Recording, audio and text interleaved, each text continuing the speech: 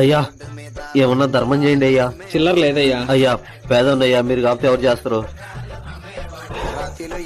వచ్చి కూర్చో.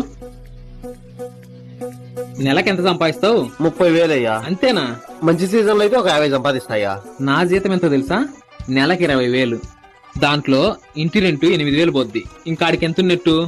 12,000 అయ్యా. దాంట్లో టీవీ రీఛార్జ్ కి, సెల్లు రీఛార్జ్ కి, గ్యాస్ బిల్లుకి ఒక 2,000 పోద్ది. ఇంకాడికి ఎంత ఉన్నట్టు? 10,000 అయ్యా. దాంట్లో తినడానికి, కరెంటు బిల్లుకి, ఇంటి ఖర్చులకి ఇవన్నీ ఒక 4,000 పోతాయి. 6,000 అయ్యా. ఒక 4,000 మైన ఈఎంఐలు కడతానా. ఇంకాడికి ఎంత ఉన్నట్టు? 2,000 అయ్యా. నేను ప్రతిరోజు బండ్లో ఆఫీస్కి పోవడానికి పెట్రోల్ ఖర్చు ఒక 2,000. ఇంక నా దగ్గర ఎంత మిగులుతుంది? ఇంకేముంటది బొక్క. ఇప్పుడు చెప్పు, నువ్వు పేదోడివా నేను పేదోడ్నా?